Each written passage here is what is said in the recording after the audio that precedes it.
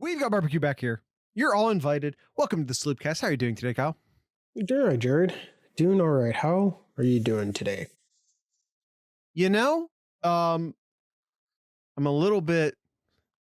I think I'm going to be sunburnt, and my hamstrings are killing me. I did like a lot of hamstring stuff at the gym, and then I did yard work all weekend. And I tell you what, when I get out of this chair when we're done here, it's not going to be pretty. Gonna have your two dogs drag you around? No, LG's too old for that. Apollo's going to have to do all the dragging. I'm gonna have to treat him like a quarter horse. There you go. All right, what do we got today, Jared? Big. Sorry, the beer really exploded when I opened it. All right, that's sorry. I just splashed beer all over myself. Big recruiting weekend. We're going to use that as an excuse to do the June mock. Also, it's June 19th. We're running out of days to release the June mock. So here we are. And oh, by the way, happy Juneteenth to everybody. Especially those of you who got today off, which is tomorrow for us, but whatever. So, and of course, especially everyone who got the day off is exactly not how I should have said that. Happy Juneteenth to all of our Black African-American listeners. And also, secondarily, happy Juneteenth, everyone who got today off. Here's to working in the banking industry, Kyle.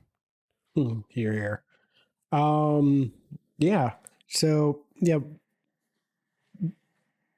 Big month so far here. We had a lot of big names that came to Ohio State to visit here. And yeah, kind of like what Jared said here, I think it'd be a good time to revisit the mock draft here. Mock class. Thank you. The mock class. I do it too. We can pencil in people who've already made their announcement that they are coming to Ohio State, like Jalen McClain. Yeah, Jalen McClain, most recent commit. At least at the time we're recording this, there seems to be some buzz, a lot of Twitter buzz at the moment. So I'm at least a little bit concerned that someone's going to commit somewhere in between us recording this and releasing it. I mean, when I say concerned, I mean purely as a podcaster, as a Buckeye fan, you know, always take it, of course, but the podcast brain in me is always just like, but yeah, no one's committed on June 18th that we know of yet. And we're recording this at like 8:30 at night. So, you know, give us some grace if that happens. But yeah, let's run down through the mock class. I am estimating this class at about 26 to 28 players. That's historically for Ohio State. Big. That's big. That's a big class. Yeah. Well, two reasons. One, they didn't get the numbers on last year's class that they wanted as far as just bodies. So that'll leave them a couple extra spots. And we also have like a historically great junior class that's going to be playing football at Ohio State this year. You're going to have an absolute metric shit ton of early draft enrollees. Mm-hmm. So they have room here. They definitely have room here. So let's start at the quarterback. Aaron Noland had a really good Elite 11 performance by anyone's estimation. He was in the top 3 quarterbacks. There appeared to be 3 quarterbacks above the rest. And hey, look at that. Committed to Ohio State, Alabama, and Georgia. The rich keep on getting richer. That's how that works in college football. At running back, I have 2 to 3. Now, I should probably have Sam William Dixon maybe listed as an athlete here, because I think he'll be sort of rolling as like a flex player, sometimes wide receiver, sometimes running back, sort of in that area. So I probably maybe should have him listed as an athlete, but I still have him listed as a running back for now. And then James Peoples and Jordan Lyle, all committed to the class already.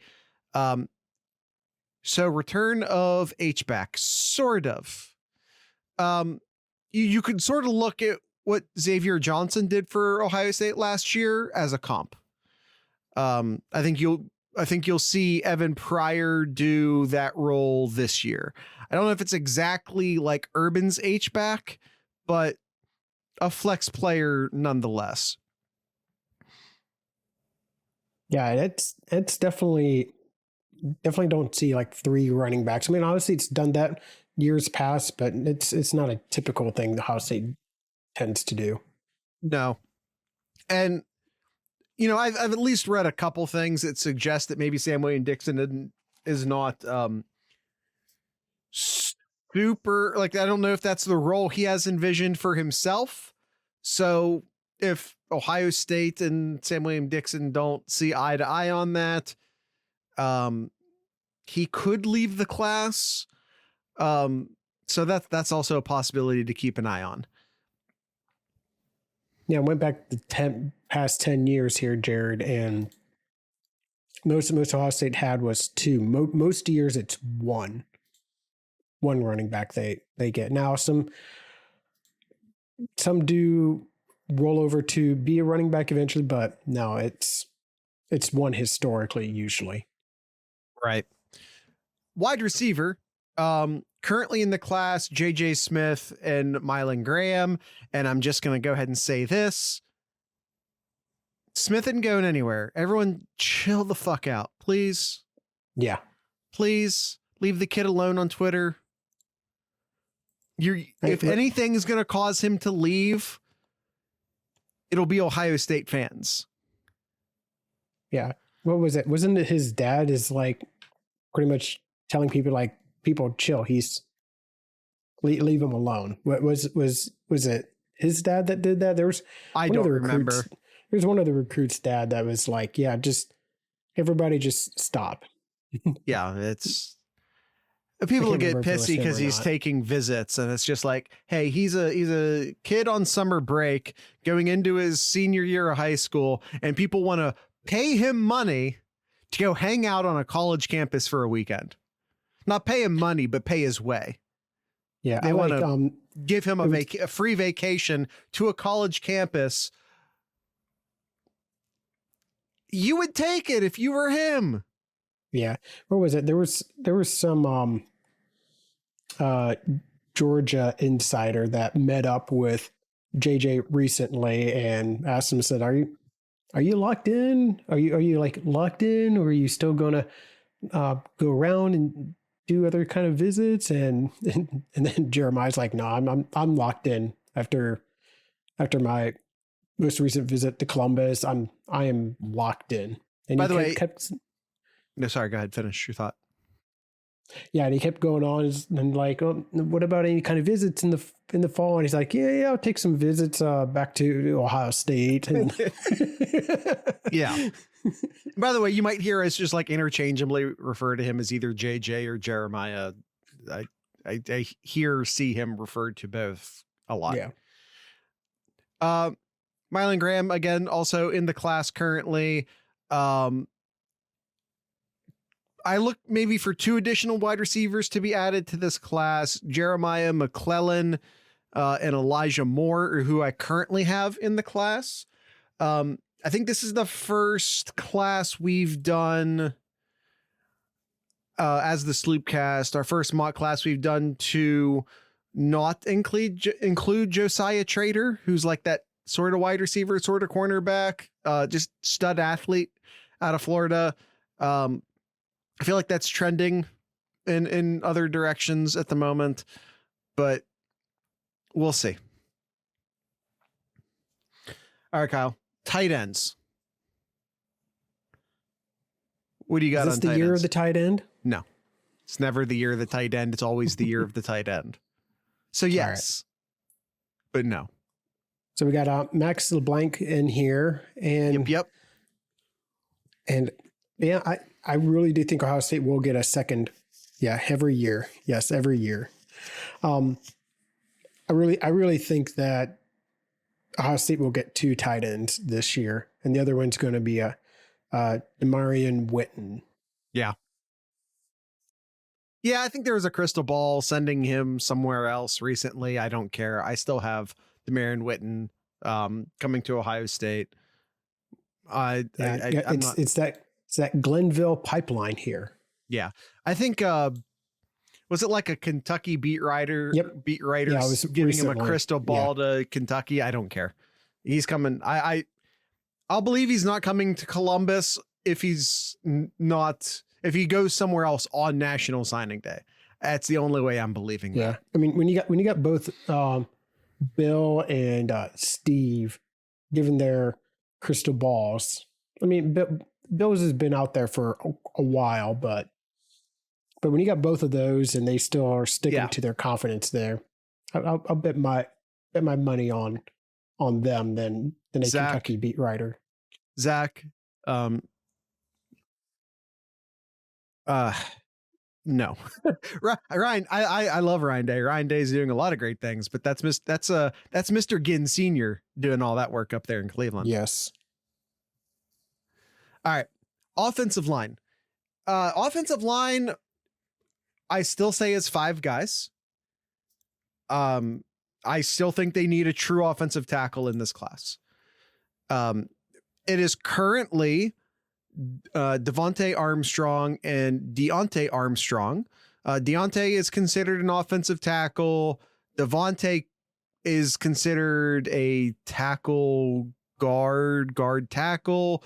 Then you have Mark Nave and Ian Moore, who are 2, I would say, pretty set guards. So you have 1 true offensive tackle in this class right now. You have Devontae, who might be an offensive tackle. They need another offensive tackle in this class, and they know it. I am still going with Guerby Lambert in this spot to be the 5th offensive tackle. There has been some buzz about a really super highly ranked player, Brandon Baker. Brandon Baker would be an amazing get for Ohio State. Truly, I mean, it's just here's my issue with Brandon Baker, and this is going to come up later with a couple other players. Brandon Baker plays for Mater Day. And I feel like we always get our hopes up. I feel like we always get our hopes up on one of those Monarch kids. And then it doesn't happen. That's just how I feel about. And by the way, I have a Monarch later in this class. So I'm just, Zabin Brown, the cornerback. I have him in this class as well. Or I mean, I have him in this class. He's a Mater Day kid. He's a Monarch. But I'm just always a little hesitant because I feel like Ohio State's just like always making top 3s and top 5s for those kids, but then they just don't come. And until Ohio State sort of breaks that tendency, I'm gonna keep thinking that's the tendency. But he came out, I think it was today, was it? Yeah, today he came out with his top 10 teams. And okay, cool. Don't even Kyle. I don't care. I know. I'm just I know you don't like that. I was just trying to rile you up there. Okay. But like a top 10 in June is meaningless. A top 10 in June is meaningless. A top 10 in June is like doing a top 20 in January. That's it. That's all I got to say about that. And again, I hope I'm not even because I was about to say, I hope I'm wrong. I'm not even saying Brandon Baker isn't coming. I'm not even saying that. I'm just saying right now, if I have to pick between the likelihood of 2 players coming, which is, that's what I'm doing here. That's the idea of the mock class. I'm going with Guerby Lambert. If I have to choose based off of likelihood who ends up in the Ohio State class, which again is what I'm doing here, Guerby Lambert, I think, is the more likely of the 2. Is Ginn Sr. still there? He had to leave for a few years, but he is back. Rutgers is really helping with these Northeast guys. Mater Day is in Southern California. Yeah.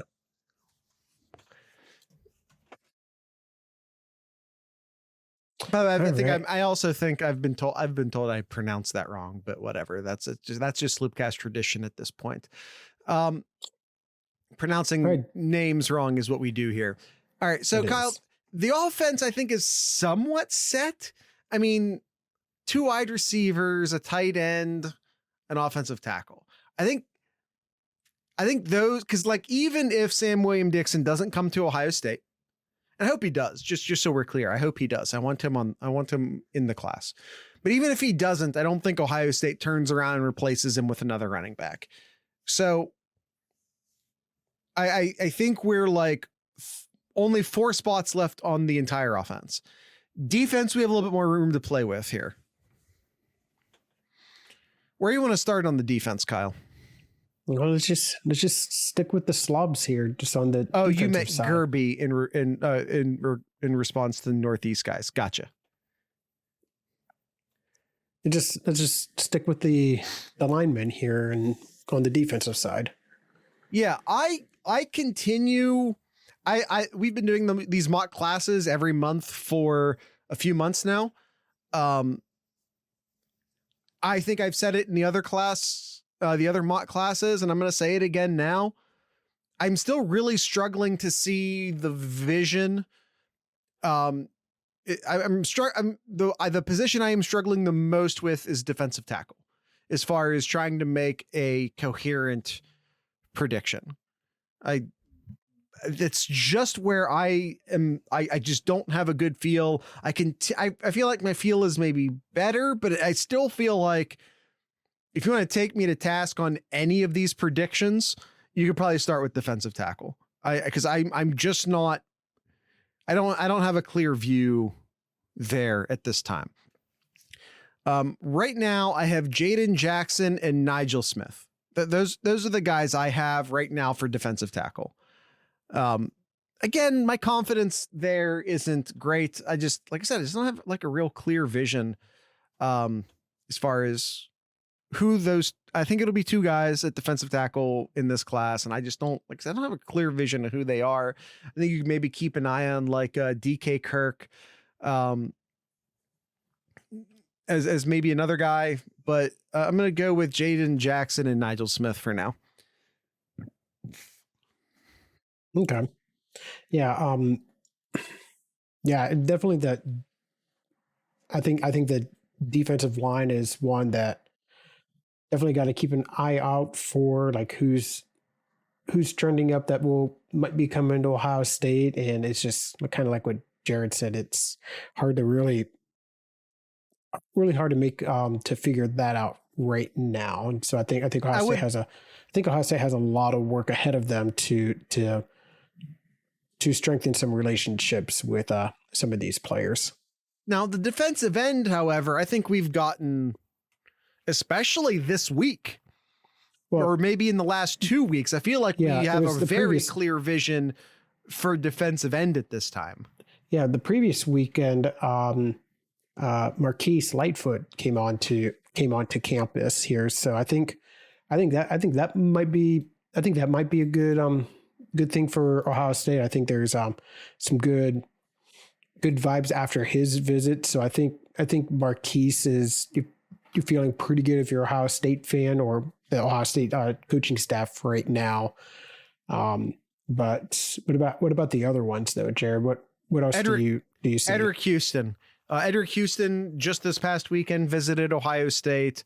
And the crystal balls have been rolling in, the interviews that reading from the recruiting services and the recruiting sites. It feels incredibly positive. He has a decision date set for about 2 months out. So I don't know. I don't know how. You know what we always say, Jared?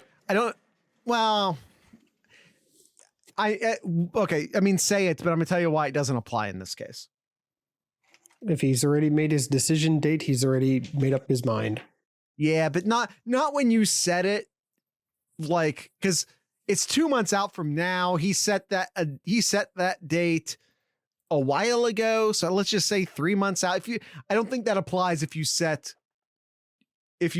your announcement date like 3 months out. I think him saying 8/22 is just him saying, I want to focus on my senior year of high school football. I don't want all this hanging over my head. I want to make a decision before I start football. Mm-hmm. That to me, Jared, is what 8/22, 3 months out means as the decision date. But Jared, in the last week here, as I mentioned with a previous recruit here, feel pretty good when you got crystal balls from Bill and Steve. Yeah. Bill Curley. You got that here with Steve Eddrick Wilfong. Yeah. And those are very recent. Again, like Lightfoot in Houston, I feel pretty good. I feel very good about at this point. Is not confident as I feel about my 2 defensive tackle selections. I feel very confident about my 2 defensive end selections. That, I think, whether it be Dylan Stewart or Darian Mayo or I know Booker Pritchett, there's like, is he a linebacker? Is he defensive end? But I feel like there was a bunch of good situations with defensive end, but we didn't necessarily have a clear view of specifically which 2 guys it was going to be. And even then, even now, I think I've seen some people, I think there's some conversation about whether or not Eddrick Houston is he a big defensive end, or is he a fast defensive tackle? I think there's maybe some disagreement on exactly where he ends up. But Ohio State likes to have like a big anchor defensive end on one side. So I think that probably works regardless of any of that. If we are counting Eddrick Houston as a defensive end, the defensive end vision became very clear these past 2 weeks. Mm-hmm. All right, let's go back to the linebackers. I feel that Ohio State last year and then I think this year definitely making good strides forward with the linebacker, because especially the past, I don't know, 10 years, linebackers has definitely been one of the weakest points for Ohio State here. 10 is way too big of a number, but 10 is, dude, 2013 into 14. Yeah, like, okay. The last 6 years then. Okay. How about that? Okay. All right. Ever since Urban hired his best man to run the linebacker room, it's not been fantastic, except for last year. I mean, I thought the linebackers played exceptionally well last season, but the recruiting still, is what it was. So already, sorry, no, you go ahead. I was gonna say, Ohio State already has 2 linebackers right now. They got Garrett Stover. Everybody knows Stover. And they also have Peyton Pierce. Peyton Pierce is the kid out of Texas as well, too. So you got two kids in the top 200 coming to Ohio State. Yeah. I do expect a 3rd linebacker to be taken here, for the record, especially since I think Garrett Stover is much like his cousin, kind of an athlete, I think linebacker is where we're placing him right now, but could he end up on the defensive line? Could he be a tight end? Like, he's a lot like his cousin in that way. So I think you really want to bring in a third guy. Kingston. Okay, Kyle. Here we go. Viamu Eza. Villa. Kyle, I feel like we nailed this one when we did the May mock. And Villamu Asa. Villamu Asa. I think that's what I said. You just said it more confidently than I did, if we're being honest. That's what it is, Jared. Kingston Villamu Asa. I had him in the last mock. Nothing has changed since then, in my opinion, whether it be someone else rising on Ohio State's board or someone else rising on Kingston's board. Nothing here's really shaken me yet. So I think that, a lot of the times in recruiting, people take no news as bad news. Yeah, well, I mean, he's definitely been busy this month here. He's already gone to USC. Mm-hmm. Just this last weekend, he was at Notre Dame, and next weekend, another big weekend here. I'll mention at the end here once we go through all the positions here. Next weekend's another big weekend for Ohio State. Has a lot of big time recruits coming onto campus. Yeah, absolutely. And like, he's not. I want to be very clear. I'm not even trying to say like he's a lock or anything. I think Notre Dame is in play, and I think USC is in play. I'm not trying to be like, he's an Ohio State lock, everybody. I'm not even trying to say that. But I do think that, especially from Ohio State's perspective, I think he is the most likely linebacker to end up in this class, aside from the two guys who are already in this class. Again, Booker Pritchett, who, once again, some people see as more of an edge rusher, more of a defensive end in the Ohio State system. So I'm not 100% sure where Ohio State sees him. Quinn Birdsong is another name out there to keep an eye on. I'm going to go with Kingston. All right. And kind of like the defensive tackles here, Jared. No verbal commits yet for our defensive backs, our cornerbacks. Yeah, right the now. cornerbacks. Now, I mean, there's a lot of good buzz with Bryce West. You got that in my mind. That's a must get in-state recruit here. But we've also mentioned Aaron Scott previously. I don't know about Lockhart. Do we have Lockhart in the last mock? Yeah, we did. Okay. Yeah, and the fourth guy is Zabin Brown, who we mentioned earlier, is a Mater Day kid who I have included in the mock, despite what I was saying earlier about Brandon Baker. I think first off, there's a lot of buzz around specifically Bryce West and Aaron Scott about Michigan still. And while I'm not saying it's over by any means, I'm not saying they are dead set going to Ohio State. I am going to continue to believe they're going to Ohio State. Again, Michigan's in the picture here for both of them. One of them in particular, but I'm going to stick with Ohio State at this time. Those are two must get in-state kids. And again, I know, like, fresh off of a visit for, I think both of them very recently from Michigan, there is competition there. And I'm not going to get on the soapbox here and be like, ignore all the buzz and ignore all the this and ignore all the that. They're definitely coming to Ohio State. I'm not saying that. I think there's a very legitimate reason for concern. Happy Father's Day, Dad. Only Kyle's the dad here.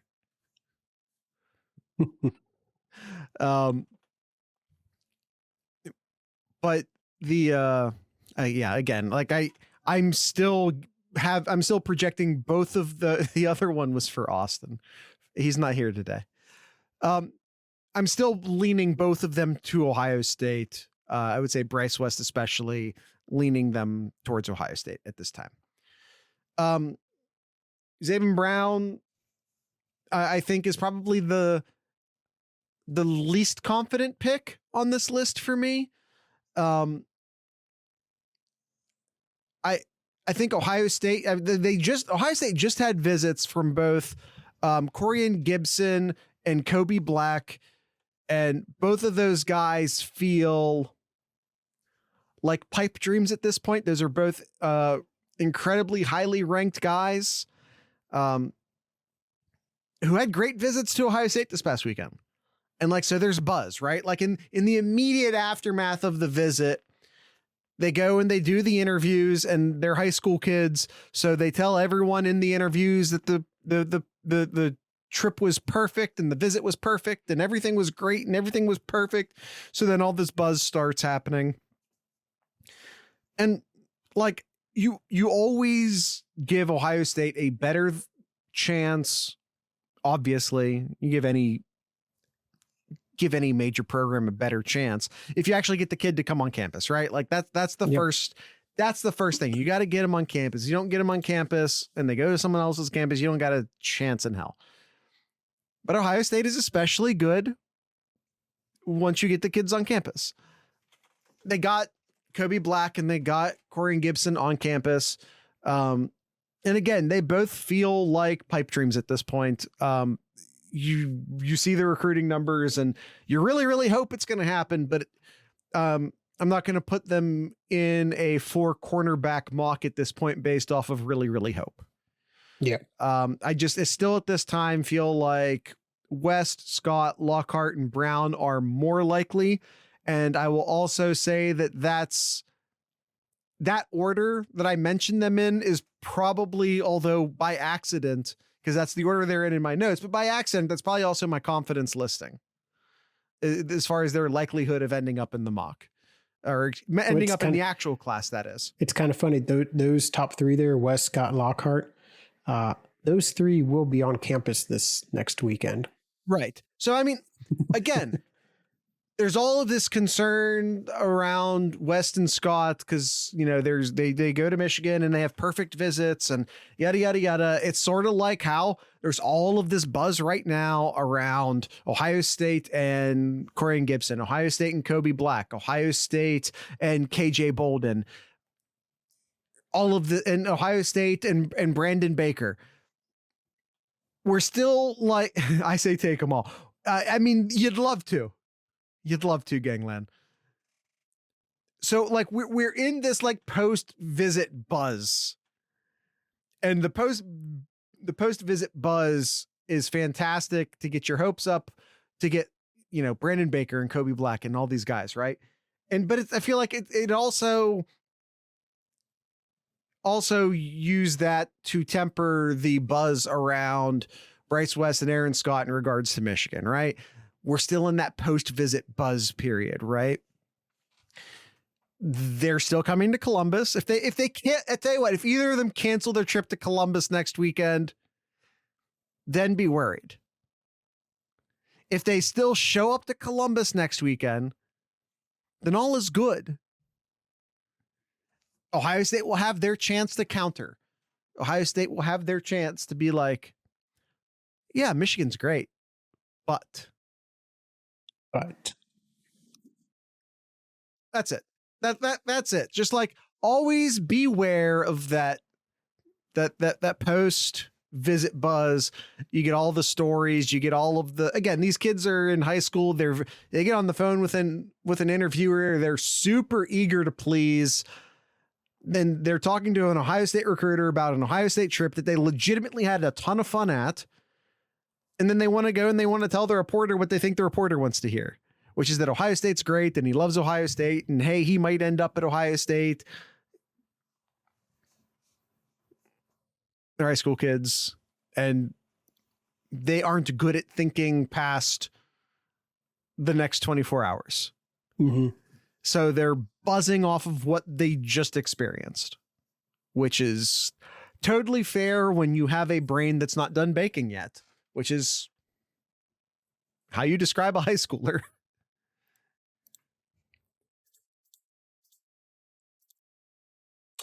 All right. And safeties, Jared mentioned Jalen McLean. And you have on here a Peyton Woodard. Woodard? Woodard? Woodard. I am never done baking. Gangland, I don't know if you're allowed to say that in Ohio without a card.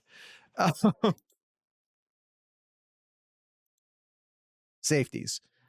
As Kyle said, Jalen McClellan is in the class as of very recently. I have two options here at safety. I think there are two options at safety. There's Peyton Woodward and there's KJ Bolden. Kyle, are you having internet issues, buddy? Can you hear me? I can. Your video is breaking up a bit. Yep. That's my bad. Yeah, you're lagging a bit. You're still lagging a bit, but that's okay. As long as your voice is coming through okay, we'll be fine. Can you turn them into corners? I would say no. I mean, yes, if you really had to, but it's more likely to go the other way around. The way Ohio State's doing things, it's more likely that you, especially with the cover safety position, it's more likely that you take one of your corners and make them a cover safety. But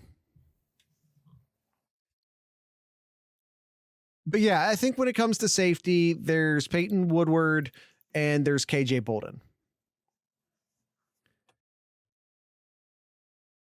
Okay.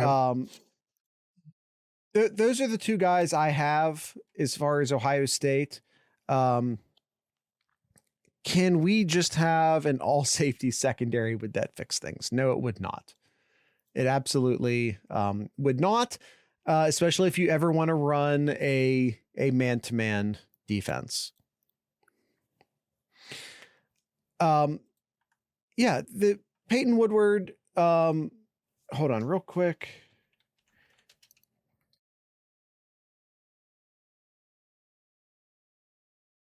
Kyle, you're having issues. Oh, when did this happen? Oh, that's right. I knew that already. Hold on real quick for me. Minor issues. There you go. All right.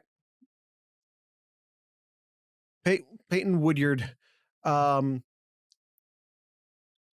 Should be noted. Currently committed to Georgia. Acknowledged, currently committed to Georgia. But you also have KJ Bolden out there who is, I want to say, heavily favored to go to Georgia. He's got the crystal balls right now, KJ Bolden. And I'll also say this, I don't expect these two guys to be on the same team when it's all said and done. Does that mean that Peyton Woodyard decommits and comes to Ohio State and KJ Bolden ends up at Georgia? Maybe. Does that mean KJ Bolden comes to Ohio State and Peyton Woodyard stays in Georgia? He, reaffirms his commitment to Georgia. Yes, that is also a possibility.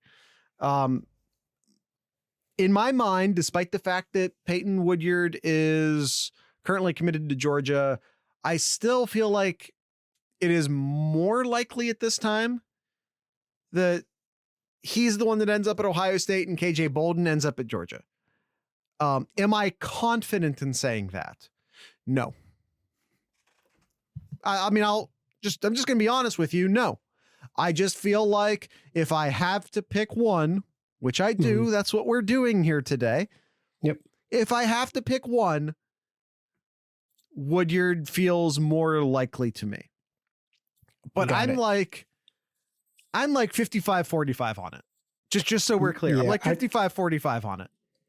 I don't feel as confident with Woodyard as you do, Jared, just because he has some of the other big guns coming after him right now. I know you mentioned that he's visited Georgia, or he's committed to Georgia.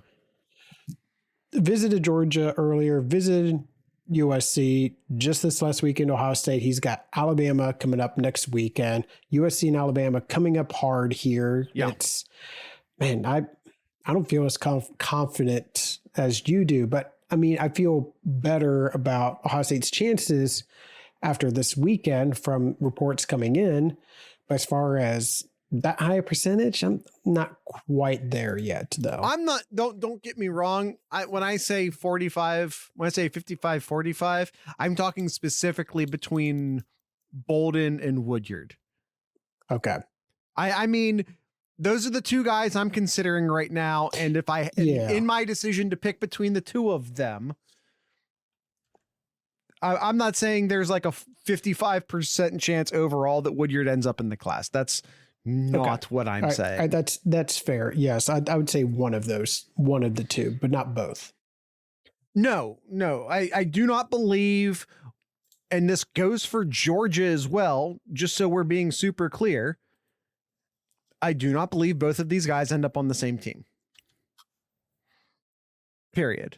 I don't care if it's Ohio State. I don't care if it's Georgia. I don't care if it's USC. I don't see both of these guys on the same team. Mm-hmm.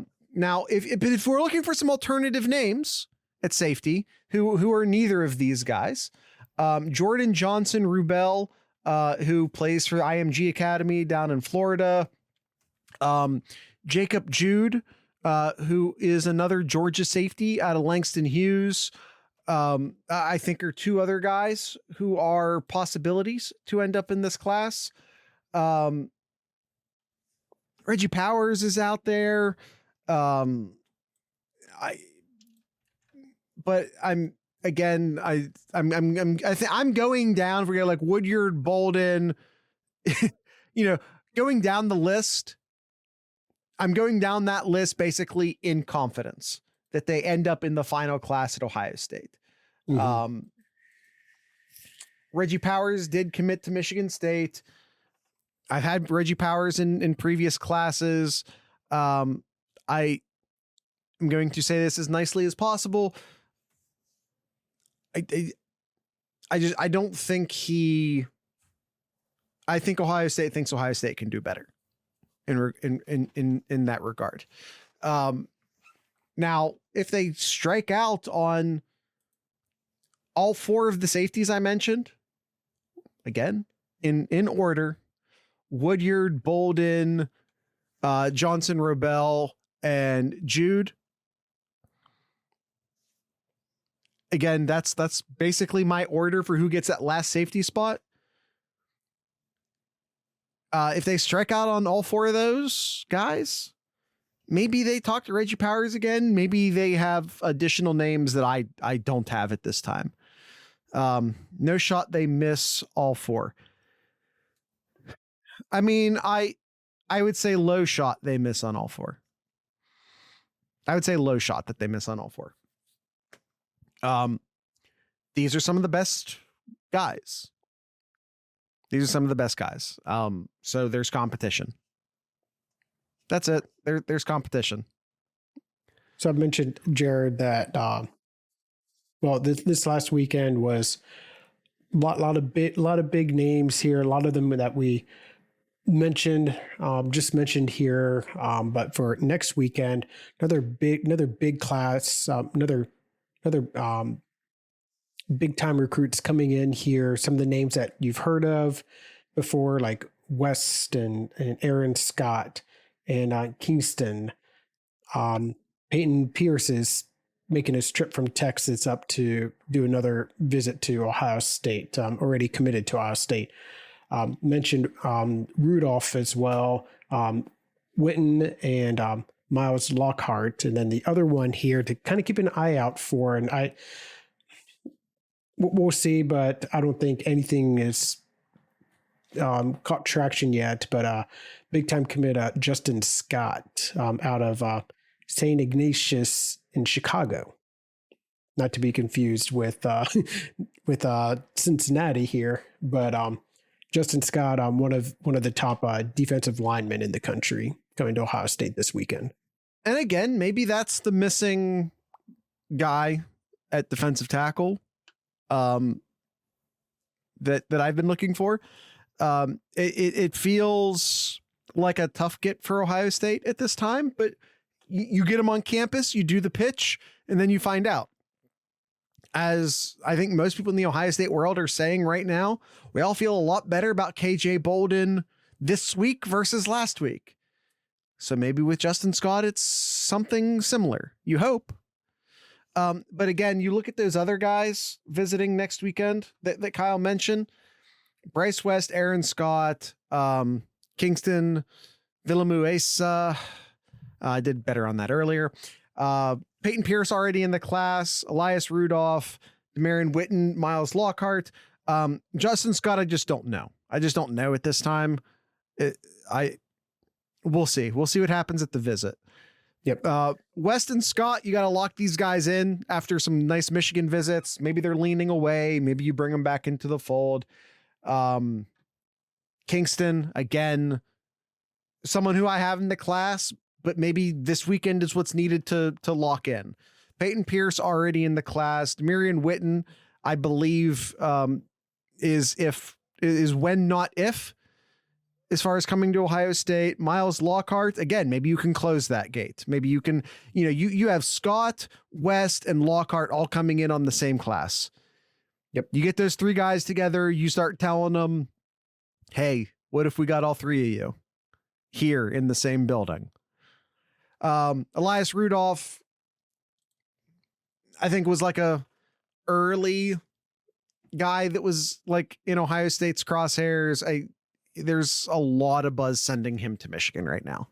And if I'm being real with you guys, Ohio State would rather have Houston and Lightfoot. That's just me being real. That's not me. I'm not trying to be rude here. I think Rudolph has a excellent college football future. I'm just saying, I think Lightfoot and Houston are considerably more likely to come to Ohio State. And that's everyone would rather have Houston. I know. I'm trying to be nice here. That's all. I'm trying to be nice here. Again, I think Rudolph, who's a Cincinnati kid, has an amazing college football future. Just at this time, I think Ohio State would rather have and are also more likely to get Lightfoot in Houston.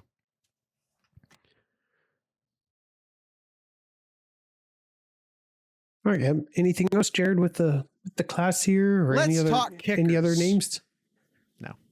No, I'm kidding. We're not talking kickers. We'll, however, be spending the next 20 minutes talking about punters from Australia. We're not doing that either. Any questions down in the live chat? Maybe I'll let everyone know that we have a Patreon page. We'd really like to get those numbers up. I think we're at like 19 or 20 members right now. We'd love to get that up to like 25. And you can join that for as little as $3 a month, and you can pay for 12 months up front, and you get like a 12% discount. So it takes it down to like $32 for the entire year.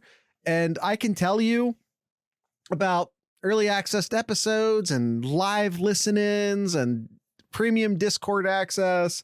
I can tell you about all that stuff, and all of that's there. I can tell you about getting ad-free listening. You don't get any of the like Spreaker, which is our podcast service.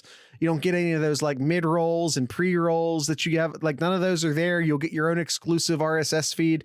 There are benefits. It's not a pure donation. But also it's $3 a month to help keep this going. So even if none of those benefits mean anything to you, if we get like 5 or 6 people at just the $3 a month tier, and then we can sort of build on that momentum. That would be huge for us. That'd be absolutely huge for us. So even if none of those benefits mean anything to you, maybe just come hang out in the Discord server, toss us $3 a month and call it a day. By the way, the Discord server is free. There's a premium section of it, but it is almost entirely free. So discord.thesloopcast.com. And it's also patreon.thesloopcast.com. Again, it would be greatly appreciated on our end if we could, like I said, get those numbers up over at the Patreon a bit. All of it you can find at thesloopcast.com. Yeah, you can find links to everything just by going to thesloopcast.com. Hey, Jared, I got a question for you. Is this Kyle's Corner? No. Okay. So talking about recruiting here, does it sound like a bad idea? You have a 2025 quarterback reclassifying, not for the 2024, but for the 2023 class. On the surface, that sounds horrible. And I know nothing about this kid, and I don't want to speculate about anything in regards to this kid. I know he's 17. Yes. So he's like a senior. Yeah, it feels weird on the surface for sure. I don't know anything about his past. I don't know. I don't want to speculate as to why he's 17 and would have been the class of 2025 in the year 2023, but I don't know anything about him. I'm not going to speculate anything about him, but he is 17 years old. So it doesn't feel as crazy if you acknowledge that he's 17 than just saying he reclassified from 2025 to 2023. Mm-hmm. I'm trying to say this as gently as possible, just to say that he is somewhat old to be the class of 2025 at this point in time. I'm really trying to be nice here, Kyle. But he is 17 years old, so it doesn't. He is. Yeah. I mean, definitely. You hear reclassify from 2025 to 2023, and it feels psychotic off the top. And I'm still not even saying it's a good idea, but I am saying he is 17. Yeah. Yeah, Gangland, I still can't get over the fact that it says it has a GPA of 5.34. I've never understood that. I mean, I understand that there's weighted and all that. I grew up at 4.0 was the highest that you could get. Back in my day. He took a lot of AP and college courses. Yeah. It's weighted. So,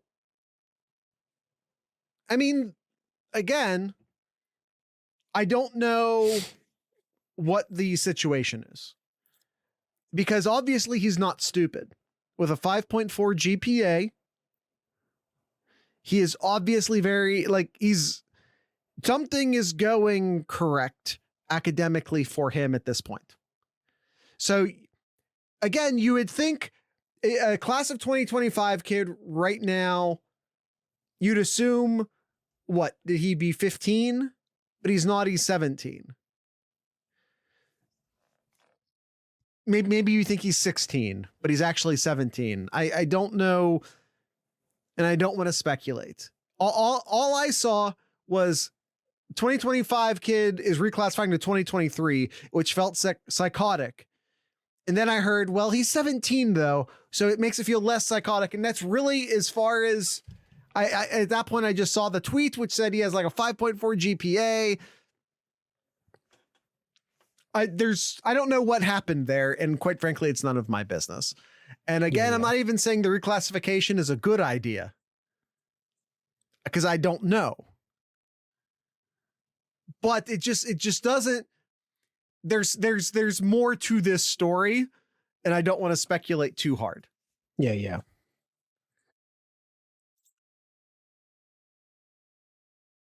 Some APs are, and which makes more impressive unless they're just feeding him the answer. Some APs are, and if he took the highest rated classes on Rate My Professor. Yeah. Listen, if he wants to publicize details, I will see it. I'm not going to dig for the details on the academic standing of a high schooler. And I'm just not going to do that. Now we're going to try to still save, no. I'm not scrutinizing. I'm not saying you are, Gangland. No, you're adding information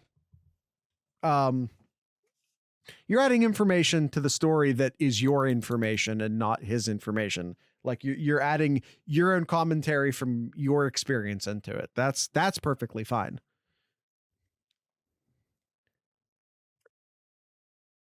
How about the Ohio State athletics, Jared? Ohio State athletics in general? In general, yeah. Ohio State. Kyle, I want to. Didn't we talk about the directors, presidents, whatever cup it is last week? No, I don't think we did. Guys, no? I don't think we did. No. Was that just a like personal conversation you and I had? It was, yeah. Okay. Ohio State finished third in the Directors' Cup here, behind the Directors' Cup, behind Texas and Stanford. It was, yeah. So, yeah, overall, it was a very, very successful collegiate year for Ohio State athletics. So here's the conversation that I'm remembering. I'm remembering you talking about the swim team winning again, or excuse me, the synchronized swim team winning again. We started talking about national championships. We started making fun of the fact that Michigan has no national, like almost no national championships in this millennia. Was that a personal conversation? We had that conversation last one, but not about the Directors' Cup. We just talked about total national titles. But I think the Directors' Cup came into it. You know what though? It's fine because now it's the final rankings, and I'm going to shut up. Yeah. So yeah, Ohio State finishing third, but you can look at it this way. Ohio State was in first after the winter sports. So you can look at it as the spring teams didn't do as well as we would want them to maintain that number one spot. But hey, third's pretty good. Third is very, very good. We just need another team to be carrying the weight instead of everything falling on the back of the synchronized swimming team. And the women's pistol and the men's pistol, but especially the women's pistol. Who else are the bell cows at Ohio State? I feel like I think it's like the pistol teams and the synchronized swimming team. Mm-hmm. Yeah. I think are like the dominant rowing. I know that used to be true. Is that still true? Tennis has been, I know. Tennis, yeah, the women's rowing, but also if you remember, like the Sloopcast kind of, at least on Twitter, kind of scooped the story about some negative happenings there. And then eventually it's literally the one thing we ever got close on as far as actually scooping a story was something about some mishappenings on the Ohio State women's rowing team in regards to the coach. And then the coach ended up getting fired a few months later. Just tossing that out there. Literally the shining moment as far as big boy media and the Sloopcast. I mean, the men's tennis did very well too, making it to the NCAA championship game or match. So I thought that was a big plus for the spring athletics.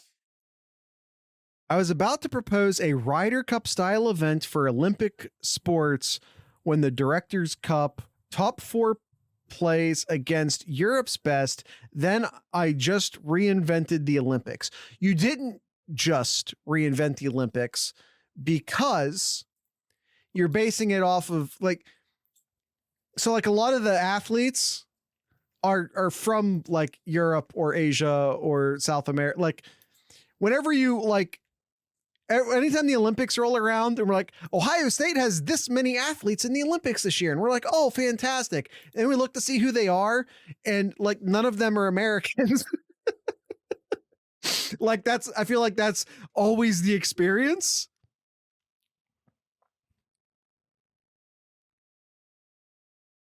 It's basically the Olympics, but restricted to college athletes. And we only let America and Europe compete like I intended. Okay, that's a loaded, Esquire, that is a loaded sentence. I know you didn't mean it that way, but wow.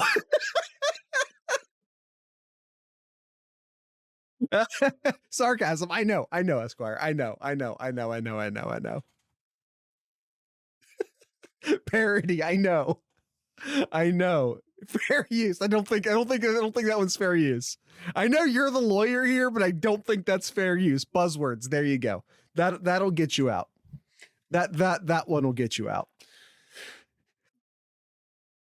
I think that's a Jared for sure. I think that's it. We've reached the hour mark here, Jared. So I think we should wrap it up here. I think we should wrap it up on multiple accounts. This has been the last episode of the Sloopcast. No, I'm obviously kidding. Boy, my mind's now. I think I broke it. Burn the tapes. No, we need to we can't miss on another Monday. We will be releasing this episode. We missed last Monday. We won't be missing this Monday. Yeah. Tonight's ending music are the Raging Nathans, who are from Cincinnati. If not Cincinnati, Dayton. If not Dayton, Cincinnati, I think. Pretty sure. So they will be ending today's episode. The song will be called Wide Awake. That is our song choice for today. If you're watching this on YouTube, you have to go to the show notes and click the link to hear the song because YouTube and copyright and stuff. If you're listening to the podcast version of this, you can just not do anything for the next, they're a punk band. So for probably like the next 2 minutes and you'll hear the song. So with all of that being said, I'd like to encourage everyone to drink local beer, listen to local music, and of course, support your local podcasters. Once again, these are the Raging Nathans.